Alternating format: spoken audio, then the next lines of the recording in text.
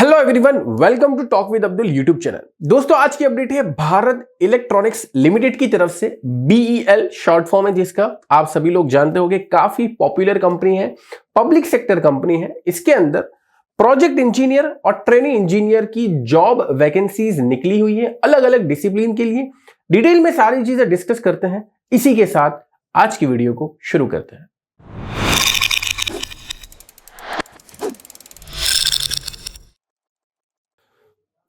तो दोस्तों, सबसे पहले बात कर लेते हैं बीईएल के कौन से यूनिट पर यहां पर वैकेंसी निकली हुई है। तो भारत इलेक्ट्रॉनिक्स लिमिटेड ने जो वैकेंसी निकाली है वो मैन्युफैक्चरिंग यूनिट पर निकाली है, लोकेटेड एट एनडीए रोड, पाषाण, पुणे, महाराष्ट्र।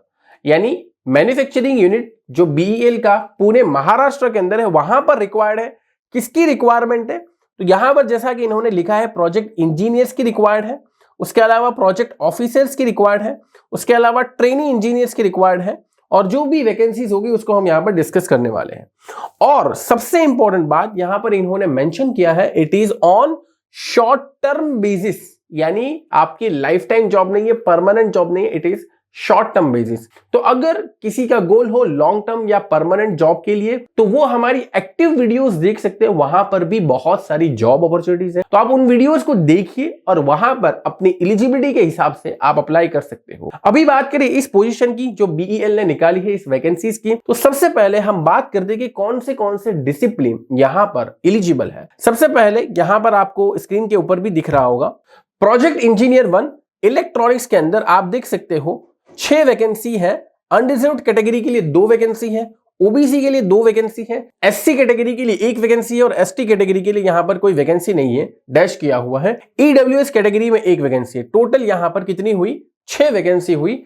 इलेक्ट्रॉनिक्स इंजीनियर अगर प्रोजेक्ट इंजीनियर के तौर पर अप्लाई करना चाहते हैं। अपर एज लिमिट की बात करें तो 32 इयर्स है। जितने भी प्रोजेक्ट इंजीनियर की यहां पर वैकेंसीज है, चाहे वो मैकेनिकल इंजीनियर के अंदर हो, इलेक्ट्रिकल के अंदर हो या एचआर के अंदर हो, सभी के लिए अपर एज लिमिट 32 इयर्स है। उनका रिजर्वेशन के हिसाब से पोस्ट डिस्ट्रीब्यूशन भी आपको स्क्रीन के ऊपर दिख रहा होगा बहुत अच्छे से। मिनिमम पोस्ट क्वालिफिकेशन लेकिन दोस्तों यहां पर रिक्वायर्ड है प्रोजेक्ट इंजीनियर, 2 साल का आपको एक्सपीरियंस रिक्वायर्ड है। लेकिन टेंशन लेने की बात नहीं है, वरी करने की नीड नहीं है। आप यहां पर अगर आपके पास एक्सपीरियंस नहीं है तो आप ट्रेनिंग इंजीनियर के तौर पर अप्लाई कर सकते हो। और ट्रेनिंग इंजीनियर के तौर पर आपको अलग अलग डिसिप्लिन अलाउड है, एलिजिबल है, जैसा कि इलेक्ट्रॉनिक्स हो गया, मैकेनिकल हो गया, कंप्यूटर साइंस हो गया, इलेक्ट्रिकल हो गया। तो आप इन डिसिप्लिन से बिलोंग करते हो तो डेफिनेटली आप अप्लाई कर सकते हो ट्रेनिंग इंजीनियर के तौर पर। और यहां पर कोई भी एक्सपीरियंस रिक्वायर्ड नहीं है, जैसा कि आप देख सकते हो पोस्ट क्वालिफिकेशन एक्सपीरियंस नील लिखा हुआ है, यानी कोई भी एक्सपीरियंस नहीं है तो भी आप अप्लाई कर सकते हो। अपर एज लिमिट अगर आप ट्रेनिंग इंजीनियर के तौर पर अप्लाई कर रहे हो from electronics, mechanical, computer science या इलेक्ट्रिकल, तो आपकी अपर एज लिमिट होनी चाहिए 28 साल। पोस्ट डिस्ट्रीब्यूशन रिजर्वेशन या कास्ट के हिसाब से आपको यहां पर दिख रहा होगा। क्या यहां पर कोई एज रिलैक्सेशन भी दिया जाएगा जो स्पेशल कैटेगरीज से बिलोंग करते हैं? डेफिनेटली गवर्नमेंट नॉर्म्स के हिसाब से आपको यहां पर एज रिलैक्सेशन दिया जाएगा। अगर आप एससी या एसटी कैटेगरी से बिलोंग करते हो तो 5 साल का आपको एज रिलैक्सेशन दिया जाएगा। ओबीसी नॉन क्रीमी लेयर से बिलोंग करते हो तो आपको 3 साल का एज रिलैक्सेशन दिया जाएगा। अगर आप पीडब्ल्यूबीडी कैटेगरी से बिलोंग करते हो हैविंग मिनिमम 40% डिसेबिलिटी या तो उससे ज्यादा, तो आपको 10 साल तक का रिलैक्सेशन मिल जाएगा। उसके अलावा दोस्तों आप अनरिजर्व्ड कैटेगरी से हो तो आपको इसमें कोई भी रिलैक्सेशन नहीं मिलेगा। उसके अलावा दोस्तों बात कर लेते हैं terms of engagement and remuneration. कितना आपको सैलरी मिलने वाला है जितना वक्त आप काम करोगे उसमें। तो यहां पर क्लियरली लिखा हुआ है, प्रोजेक्ट इंजीनियर और officer will engage initially for a period of 3 years which may be extended up to maximum of 1 year। उसके अलावा यानी टोटल यहां पर हो सकते हैं 4 साल, ठीक है। तो टोटल यहां पर 3 साल तो है ही, और उसके बाद अगर 1 साल एक्सटेंड हुआ तो टोटल कितने हो जाएंगे दोस्तों? 4 साल। Based on requirement and individual performance, यानी वो एक्सटेंशन किसके ऊपर से होगा? आपके इंडिविजुअल परफॉर्मेंस के हिसाब से होगा, और वहां पर रिक्वायरमेंट होगी तो उसके हिसाब से आपको एक्सटेंड किया जाएगा 1 साल के लिए। तो टोटल 4 साल में हर 1 साल में आपको कितना अमाउंट मिलेगा? तो प्रोजेक्ट इंजीनियर पहले साल 40,000 पर मंथ के हिसाब से उसको सैलरी मिलने वाली है।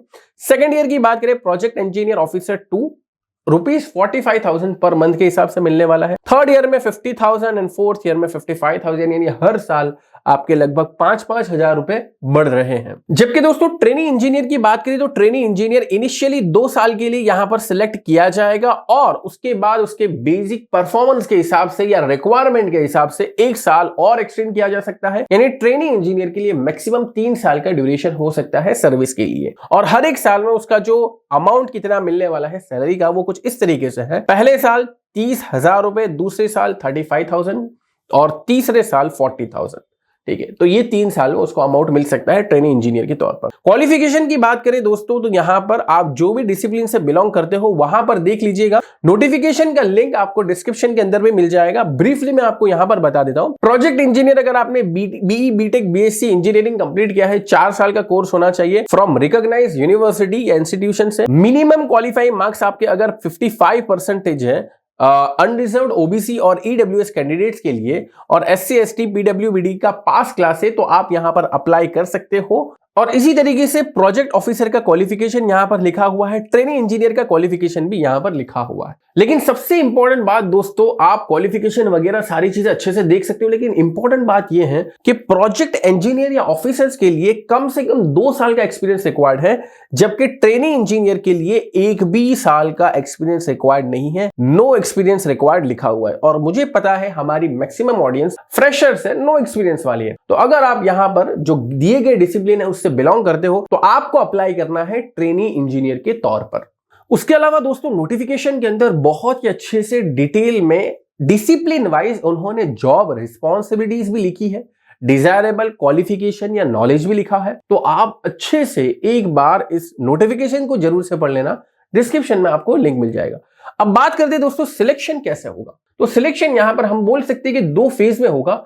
एक फेज होगा आपका रिटन टेस्ट का और एक फेज होगा आपका इंटरव्यू का। और इंटरव्यू कहां होगा, क्योंकि पुणे में रिक्वायरमेंट है तो इंटरव्यू भी कहां होगा, पुणे के अंदर होगा। यानी पुणे के आसपास के लोग जो है डेफिनेटली भाई अगर वो डिसिप्लिन से बिलोंग करते हैं जो यहां पर रिक्वायर्ड है तो आपको तो अप्लाई करना ही है।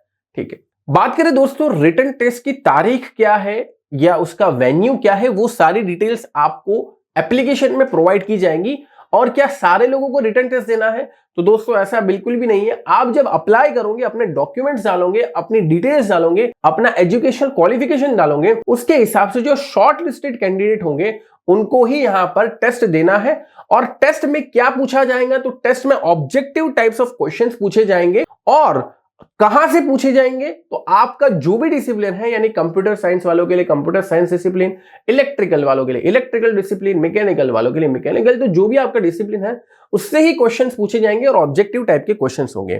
टेस्ट का वेटेज कितना रहेगा असेसमेंट के अंदर, तो 85% वेटेज टेस्ट का है। 15% अगर आप अच्छे से कर लेते हो तो इंटरव्यू देना है और 15% इंटरव्यू का वेटेज रहेगा। यानी हम बाइफरगेट करें, 85% टेस्ट का वेटेज रहेगा और 15% इंटरव्यू का वेटेज रहेगा। और फाइनली एक फाइनल मेरिट लिस्ट बनेगी, एक फाइनल रिजल्ट डिक्लेयर होगा। कहां पर डिक्लेयर होगा, ऑब्वियस बात है कि ऑफिशियल वेबसाइट पर, और आपको नोटिफाई भी किया जाएगा। आपने ईमेल आईडी या अपने कॉन्टेक्ट्स वगैरह दिए होंगे। तो उम्मीद करता हूं सिलेक्शन प्रोसीजर आपको समझ में आ गई होगी। अगर आपको सिलेक्ट होना है तो सबसे पहले तो आपका अच्छे परसेंटेज आने चाहिए।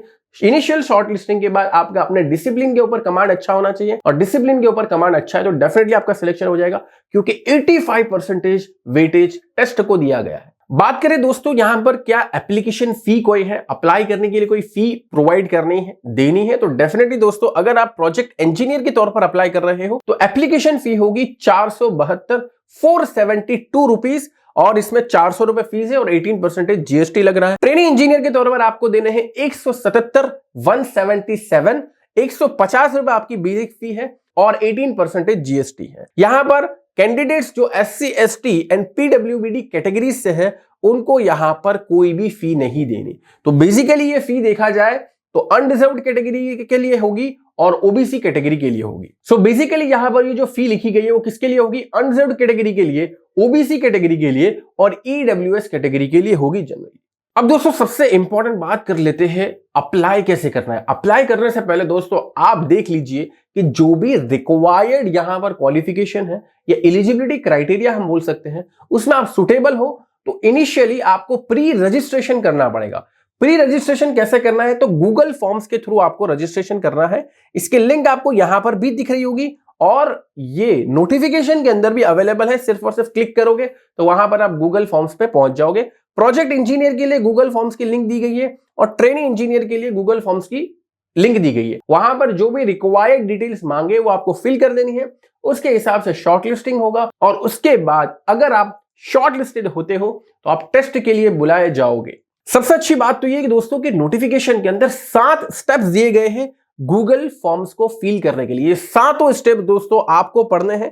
जो भी यहां पर अप्लाई करना चाहता है डेफिनेटली ये 7 स्टेप पढ़े और उसके बाद आराम से अप्लाई करें। बहुत ही सिंपल एप्लीकेशन फॉर्म है। दोस्तों बात कर लेते कि ये प्री रजिस्ट्रेशन का आपने बोला सर ये कौन सी डेट के बीच में अप्लाई करना है। तो दोस्तों प्री रजिस्ट्रेशन जो आपको गूगल फॉर्म के थ्रू करना है वो 22/2 यानी 22 फरवरी से स्टार्ट हो चुका है और ये कब तक रहने वाला है, 8 तारीख 8 मार्च 8/3 यानी अगले महीने की 8 तारीख तक आप प्री रजिस्ट्रेशन कर सकते हो। जिन्होंने प्री रजिस्ट्रेशन नहीं किया है उनको टेस्ट के लिए अलाउड नहीं किया जाएगा, ऑब्वियस बात है। और एक इंपॉर्टेंट बात दोस्तों यहां पर नोटिफिकेशन के अंदर इन्होंने डॉक्यूमेंट्स भी लिख दिए हैं कि कौन से डॉक्यूमेंट्स आपके पास होने चाहिए। जैसा कि आपके पास एसएससी का मार्कशीट होना चाहिए, आपने जो भी डिग्री कंप्लीट किया उसका मार्कशीट होना चाहिए, आपके पास SC ST EWS कैटेगरी से बिलोंग करते हो तो उसका सर्टिफिकेट होना चाहिए, कास्ट सर्टिफिकेट। इसके अलावा आपने जो भी एग्जाम्स वगैरह दिए उसके सर्टिफिकेशंस होने चाहिए, जिस भी डिसिप्लिन से बिलोंग करते हैं उसके सर्टिफिकेट होने चाहिए। तो ये बेसिक जो सर्टिफिकेशंस है वो रिक्वायर्ड है आप जब फॉर्म फिल करो उस वक्त। और फॉर्म फिल करने के बाद जनरली आप टेस्ट के लिए एलिजिबल ही होगे क्योंकि 85% टेस्ट का वेटेज है, तो जनरली आप सभी को टेस्ट के लिए बुलाया ही जाएगा। इससे पहले शायद मैंने ऐसा बोल दिया था कि टेस्ट के लिए उन्हीं लोगों को बुलाया जाएगा जो लोग एलिजिबल हो गए या शॉर्टलिस्टेड हो गए, लेकिन दोस्तों टेस्ट के लिए सारे लोगों को बुलाया जाएगा और टेस्ट के रिजल्ट के बाद शॉर्टलिस्टिंग होगा इंटरव्यू के लिए। इस बात को ध्यान रखिएगा। तो उम्मीद करता हूं कि सारी अपडेट आपको मिल चुकी होगी इस नोटिफिकेशन के बारे में। ऐसे ही वैल्यूएबल अपडेट्स के लिए हमारे चैनल को आप सब्सक्राइब कर सकते हो। मिलते हैं दोस्तों नेक्स्ट वीडियो में, तब तक के लिए गुड बाय, टेक केयर।